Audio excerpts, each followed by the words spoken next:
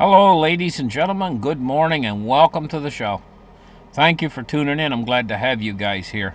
Today is January the 31st, 2023, a Tuesday. And welcome.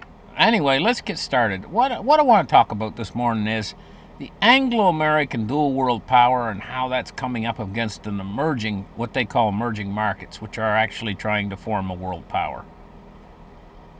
And how all this gets started.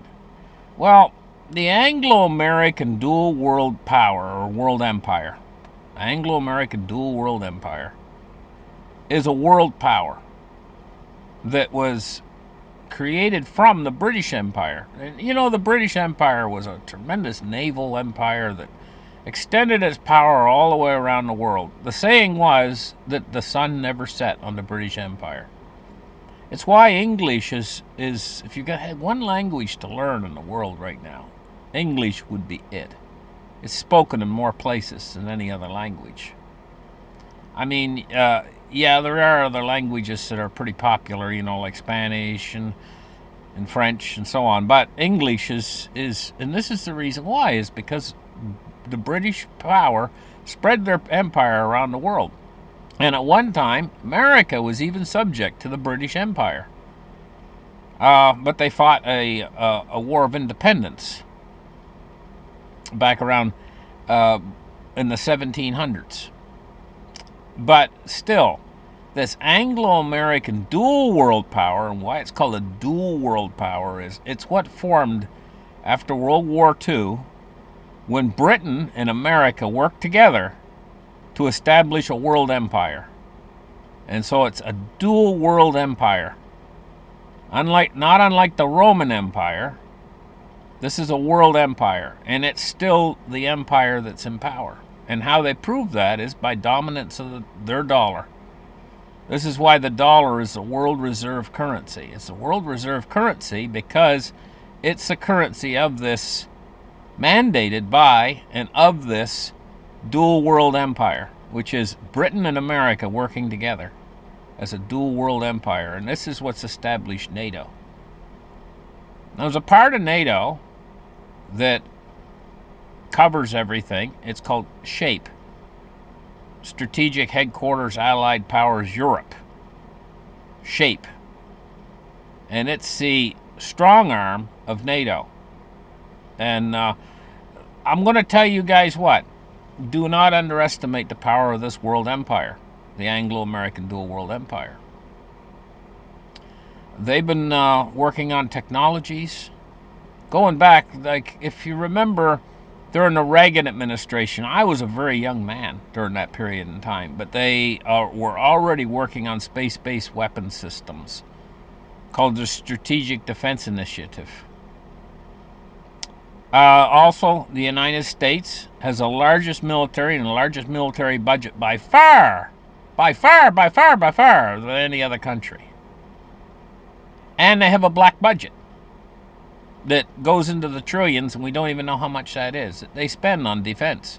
They have secret programs and stuff. So all the way back in the Reagan administration, they were working on these secretly funded military projects that were space-based. This goes all the way back to Reagan administration, called Star Wars, they called it, way back then. And this has been an ongoing program over the years, all these many years, all of my adult life. That never underestimate the power of this dual world empire. But the corruption is also through this dual world empire is beyond measure, and how they've been able to use their power and influence to control nations through things like economic hitmen that'll go into a country and they'll just print the money that they need because they have this exorbitant privilege of being able to print money from nothing. They'll just go in and they'll repair the infrastructure and things in different countries with their economic hitmen, and they'll create dollars from thin air, and they will take over emerging markets through debt. This is organized corruption and slavery of many citizens in the earth. So what's happened is a number of other powerful countries on earth, mostly on the eastern side, as we're on the western side, and the dual world empire operates from the western side. A number of these other countries on the eastern side say, "Oh, we've had enough. We've had enough of your corruption, enough of your infiltration, enough of this pain that you're giving us and enslaving us. We're going to link together and we're going to work together in unison." And this is what's become the BRICS. They're trying to come out from underneath this tyranny of this empire that's not much different than the Roman Empire. This dual world empire, this Anglo-American dual world empire, and they're trying to come out from underneath this and work together to establish a union so that they can be the successful ones for a change. And so what we see is the BRICS developing. This didn't develop overnight. This has been developing for a long time. And the BRICS have a tremendous amount of power, too. They have countries like all of Russia, China, and just to name a few countries that are joining with the BRICS. And now at this point, pretty much half of the world is joining with the BRICS, and the other half of the world is under this Anglo-American dual world empire, which is run by NATO, and what I've referred to before as SHAPE is their military arm in Europe. So what's happening is we've set up now for a worldwide clash. It reminds me of in ancient times when the Roman Empire, the slaves, they got a leader, and they pulled together under a man named Spartacus, and he was trying to break away from the Roman Empire and come out from underneath their tyranny. But evidently it didn't go so well for Spartacus. Well, the thing is the BRICS now have taken tremendous power out there. They have tremendous power. Do not underestimate. They are a nuclear power, nuclear capable power. And what I see in this war in Ukraine is the spearhead of the beginnings of a power struggle for the world, for world dominance. And where they are attacking the dual world empire is financially.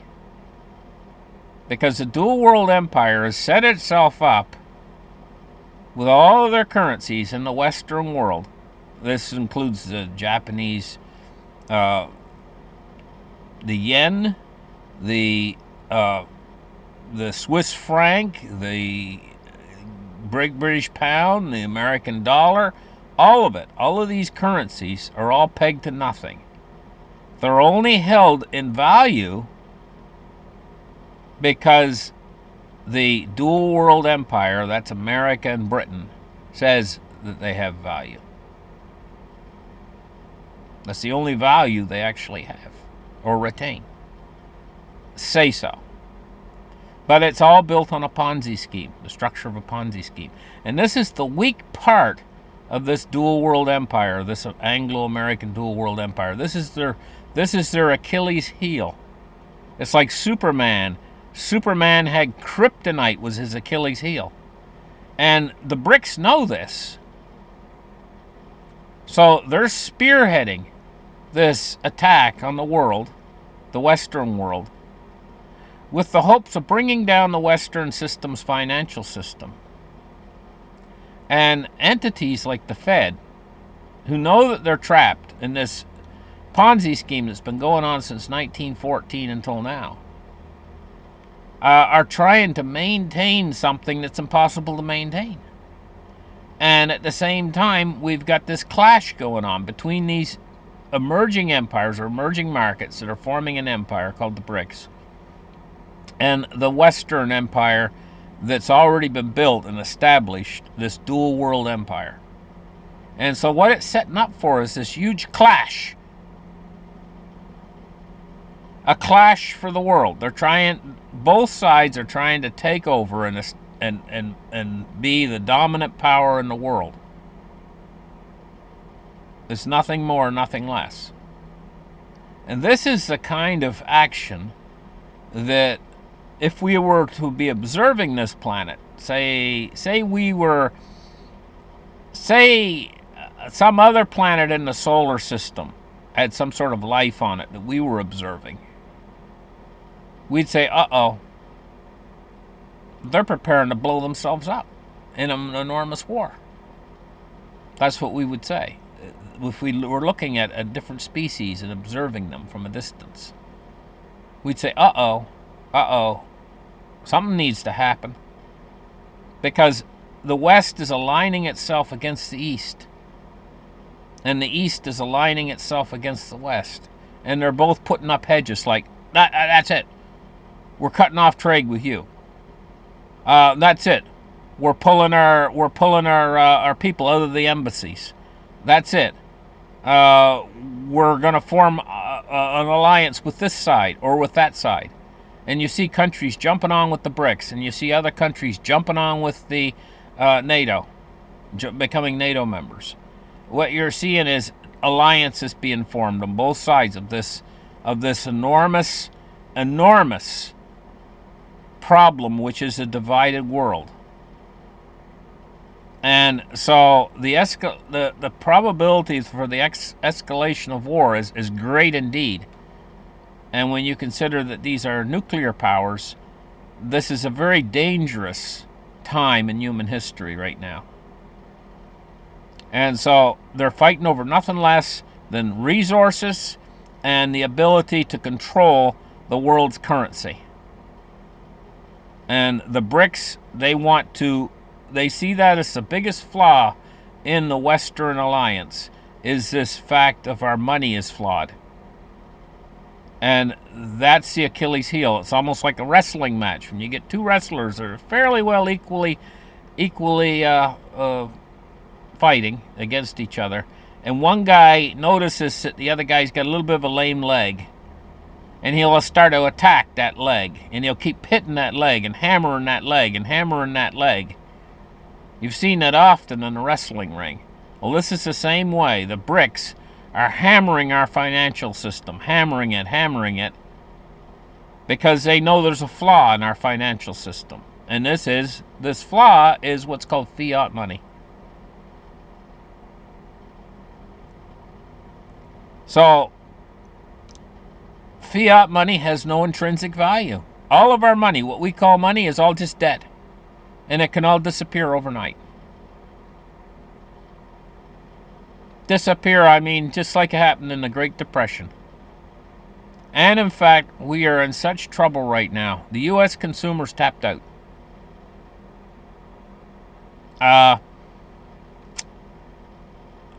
$1 trillion in the United States alone of disposable income has been lost in the last year. 1 trillion, that's $1,000 billion worth of money that's not going to get spent because it's not available. People are up to their nose in credit card debt right now. I think it's 57% of Americans right now could not afford to pay for a $1,000 emergency. If they needed a new kidney, $1,000, they wouldn't be able to pay it. We're going to have 10 million more homeless people, probably within a year. And the BRICS see this, and they say, look, if we can just keep hitting that leg, we're going to bring the Americans, which is the core, that's the seat of this dual empire, we'll bring them down if we can. And that's what they're trying to do. They're trying to bring us down. Almost like a bunch of wolves try to bring down a larger animal, they'll come in from its flanks, and they'll attack the back of its legs, and keep attacking that leg to bring the animal down. That's what they'll do, the predators. And, at the same time, we've created these problems for ourselves through years and years of splurging and putting people in power that are totally corrupt and just want to make out as much money as they can and make out a big fat retirement for themselves. Power and corruption. And this is what always happens at the end of empires, you know? But this is particularly bad this time because it's the world divided against itself, 50-50. 50% in the east and 50% in the west. And they've all got nuclear weapons and they're building more as fast as they can. What a situation.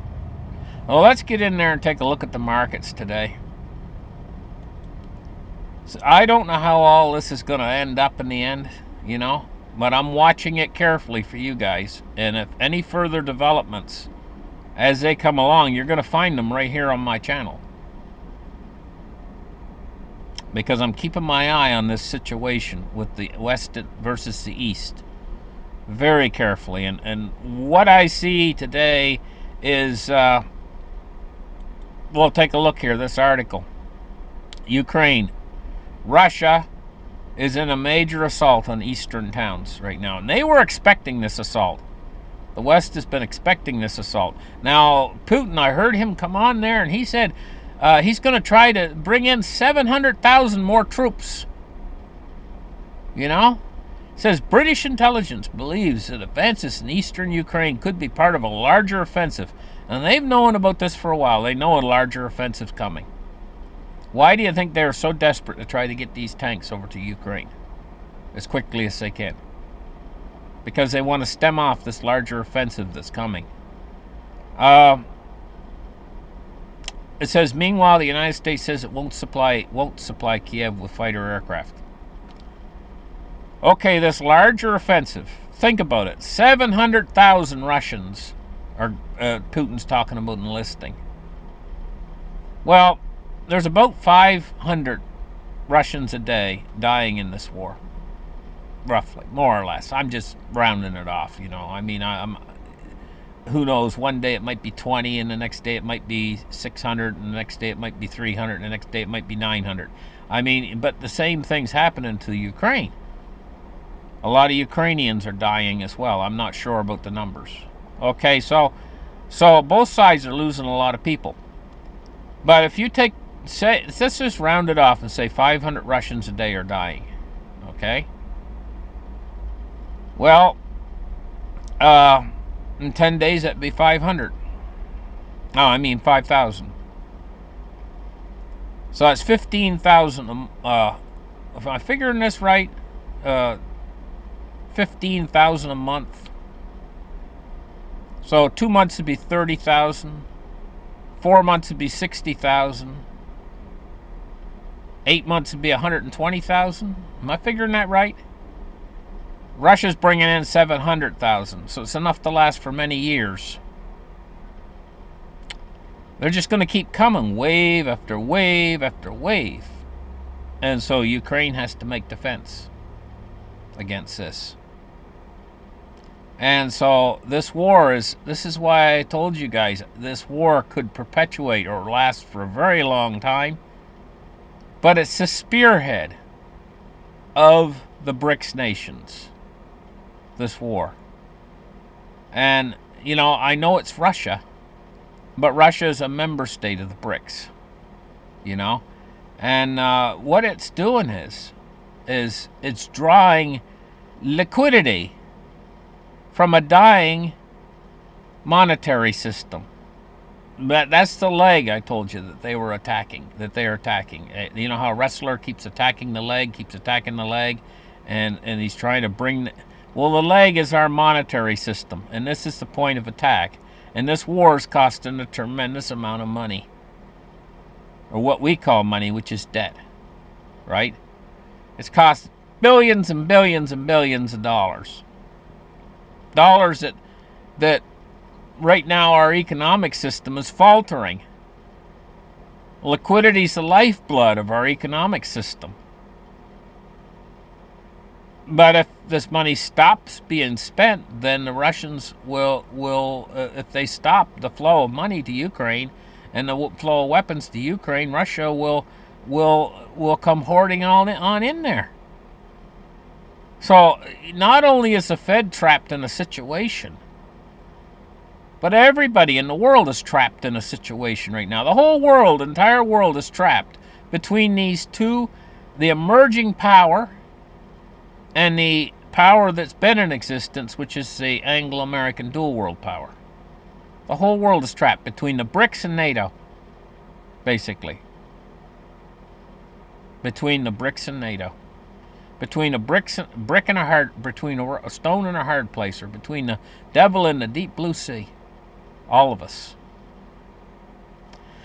Let's take a look at silver today. Silver's just shot up just in the past few minutes. It's 14 cents up at 23.72. Let's take a look at gold. You know, because of our dying fiat monetary system over here, and because that's the weak leg in our system, and the Fed has made it the weak leg in our system, that's an institution that is counterproductive to our whole way of life here in the West. It should be ended, and we need a secure monetary system, probably based on gold. Gold's at $19.27 today. It's up $4.40. Cryptocurrency today, what we're looking at is Bitcoin at 23,131 and Ethereum at 1589 on the day so far. Now we're going to move into the Dow Jones, which is up 92 points. Let me refresh the page. 91 points up. It's at 33,808. The economy is starting to roll over now, the general economy. Very, very, very, very, and such a steep curve downwards. I've never seen anything like it before. So you know what you can expect? Expect the stock market to roll over with it at a certain point. So this 33,000, I think the stock market's going to take a tumble, a sudden tumble, and I think the Fed's going to capitulate. That's what I think is going to happen. But the effect that they've created is going to linger for roughly 18 months afterwards, even after they capitulate. S&P 500 is at 40,044. It's up 26 points on the day so far. So the S&P is doing good. Let's take a look at crude oil. It's at $78.48. And here's another thing, guys. When all stuff starts to hit the fan, you can expect crude oil prices to go probably above $100 a barrel, and it's gonna be difficult times, because those long lines we've seen at the pumps in the 1970s, they're going to come back again. And very possibly they might even go into gas, as this war progresses, they might even go into gas rationing. Probably send it out to your phone, some sort of a thing on your phone that allows you so many gallons a week, maybe 5 gallons a week or something like that, and that's it. So you go to the pump, you're not going to be able to fill up your car anymore. You just pump the 5 gallons they give you, and they have to go in and show them your phone, and they have to go beep on your phone, and then they say, well, you don't get any more for another week. Careful how much you drive, or you'll be walking. That's what gas rationing is. And that's what happens during wartime. Okay. It happened during the Second World War. They had gas stamps. Little stamps that they give you. I guess they sent them out in the mail. And then you have to go to the gas station. You have to give them a gas stamp for every gallon, I guess it was, or something like that. I'm not exactly sure how it worked. Bonds and rates today. We're looking at U.S. Treasury yields falling. We're looking at U.S. 10-year at 3.52. It's fell 2 basis points. And the U.S. 30 years unchanged at 3.65. And finishing off with the U.S. dollar index is at 102.17, and it's going along sideways today. This is a precarious situation that the world is in right now, with a divided world. And it's going to mean that at a certain point, when things really get hot and the war is worse than it is now, you're going to find it very difficult to obtain any goods from places like China. And we're going to have to become more self-reliant, because we've shipped all of our factories overseas. There's going to be shortages of almost everything, goods. You want a new pair of shoes? You're not just going to be able to go out and buy a new pair of shoes. You might have to make the shoes you got work for you, because you want, it depends on what you want. Anything you want in your house, we've been able to get it, buy it. And the prices are going to go sky high on everything. On everything, including food. And they're just not going to, wages are just not going to keep up. And a lot of people are going to be out of work.